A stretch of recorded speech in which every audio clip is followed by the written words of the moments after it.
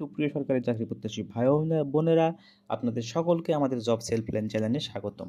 আমাদের ভিডিওর আজকের বিষয় সমাজ অধিদপ্তরের পরীক্ষার বিস্তারিত খুঁটিনাটি এবং প্রস্তুতি সহ ভাইবা সহ সব কিছু। তো ভিডিওর শুরুতে বলে রাখি, যারা আমাদের চ্যানেলটি সাবস্ক্রাইব করেননি তারা সাবস্ক্রাইব করবেন এবং আমাদের পাশে থাকবেন। তো চলুন বন্ধুরা, শুরু করি। যে বিষয়টা হচ্ছে, প্রথম প্রশ্ন, পরীক্ষা কবে হবে? পরীক্ষাটা এটা আপনারা ডিসেম্বর ধরে আগাবেন। এর আগের হিস্ট্রি বলতে গেলে অনেক সময় লাগবে। আগের হিস্ট্রিতে আগের যে পরীক্ষা সার্কুলারটা হয়েছিল সেটা পরীক্ষা হইতে অনেক দেরি হয়েছিল। বিশেষ করে ইউনিয়ন সমাজকর্মী পরীক্ষাটা প্রশ্ন ফাঁসের জন্য পরপর দুইবার বাতিল হয়ে, অর্থাৎ পরীক্ষা অনুষ্ঠিত হওয়ার আগেই বাতিল হয়েছিল। প্রথমে জেলা শহর, তারপরে ঢাকা, তারপরে আবার ফিরতি জেলা শহরে অনুষ্ঠিত হয়েছিল 2022 সালের 21শে অক্টোবর। তো আমরা সেই অভিজ্ঞতা থেকে এবং ওইটা যেহেতু একটা অধিদপ্তর, আমরা বলতেই পারি যে ডিসেম্বরে পরীক্ষা হবে, এই টার্গেট করে আপনারা আগাবেন। তাহলে এখন পরীক্ষাটা কোথায় হয়, পরীক্ষার ধরনটা আমরা বলতেছি যে সেন্টারটা কোথায় হয়। সেন্টারটা যেই পদগুলো বেশি, যেমন ইউনিয়ন সমাজকর্মী, অফিস সহায়ক, বিশেষ করে গতবার ইউনিয়ন সমাজকর্মী পদে পরীক্ষাটা জেলা শহরে হয়েছিল, তাই আপনারা আবেদন করুন। জেলা শহরে পরীক্ষা হওয়ার সম্ভাবনা বেশি এবং যার চাকরি লাগবে তাকে আবেদন করতেই হবে, পরীক্ষা যেখানে হোক। পরীক্ষার ধরন বলতে কি, পরীক্ষার ধরনটা হয় হচ্ছে আপনার দুই ধাপে পরীক্ষাটা হয়। সেটা হচ্ছে একটা আপনার এমসিকিউ প্লাস ভাইবা। এখানে থাকে 70, এখানে থাকে 30, মোট 100। এই 100-র উপর আপনাকে বেসিস করে জব দেওয়া হবে। আপনি 70-এ যদি এখানে 65 পান, 60 পান, এখানে যদি 20 পান, আপনার 80 মার্কসে হিসেব করে আপনি যদি টপ লিস্টে থাকেন চাহিদার, তাহলে আপনার চাকরিটা হবে। তাহলে হচ্ছে এমসিকিউ পরীক্ষা হবে, ভাইবা হবে।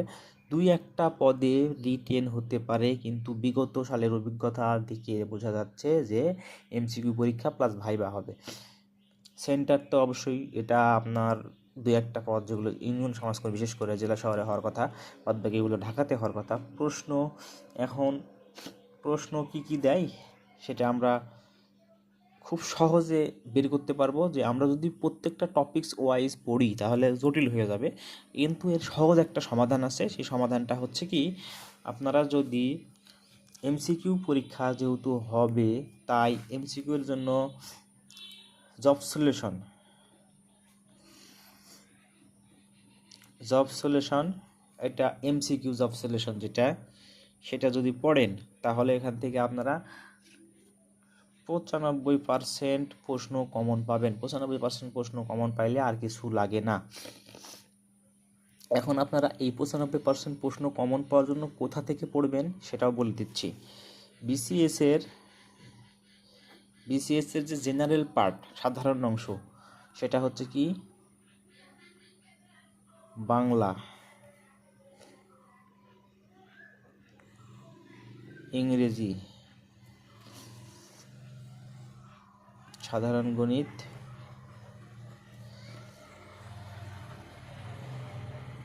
সাধারণ জ্ঞান,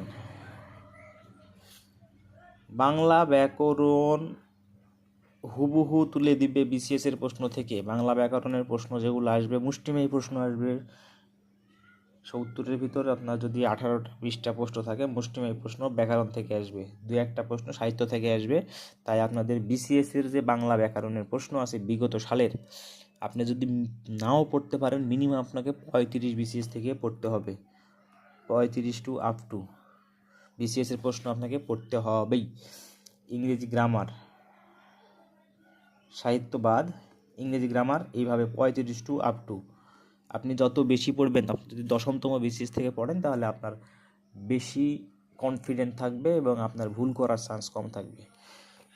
সাধারণ গণিত, পিএসসি নন ক্যাডারের যে এমসিকিউ প্রশ্নগুলো থাকে, 70-80 মার্কসের যে পরীক্ষা হয়, রিসেন্ট জব সলিউশন থেকে যে পরীক্ষাগুলো হয়, সেইগুলো পড়বেন। বিসিএস থেকে পড়ার দরকার নাই।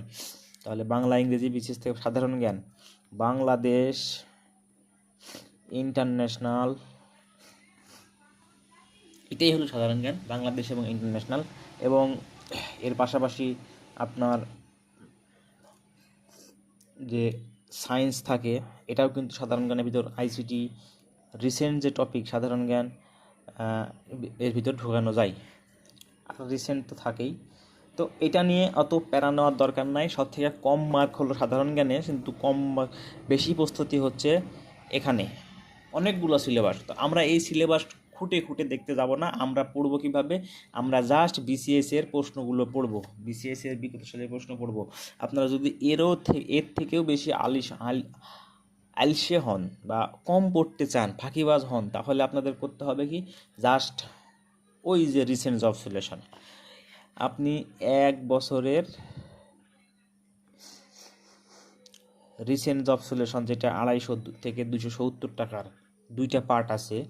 ধরেন আপনি নিলেন 2025-এর ডিসেম্বরে, যে শেষ অর্থ বছরে যেটা আসছিল জুন থেকে ডিসেম্বর, সেটা একটা নিলেন, এই 26-এর একটা নিলেন, আর যদি পরীক্ষা হওয়ার আগে আরেকটা বের হয় তাহলে সেটা নিলেন। অর্থাৎ এভাবে আপনি আপডেট করে 1 থেকে 1.5 বছরে যদি আপনি সবগুলো এমসিকিউ পড়তে পারেন, তাহলে আপনি অনেক ভালো করতে পারবেন। আর আপনি যদি একবারে চাকরির জন্য পড়তে চান, তাহলে আমি বলবো যে আপনাকে বিসিএস এর যে এমসিকিউগুলো আছে এই টপিকস থেকে, এইগুলো, এই বাংলা, ইংরেজি, সাধারণ জ্ঞান, সাধারণ গণিত, এগুলো আপনাকে খুঁটিয়ে খুঁটিয়ে পড়তে হবে। অপশন থেকে দেওয়ার সম্ভাবনা কম থাকে, কিন্তু আপনি যত বেশি পড়বেন আপনার জ্ঞানের গভীরতা তত বেশি হবে, পরীক্ষায় ভুলের সম্ভাবনা তত বেশি কম হবে।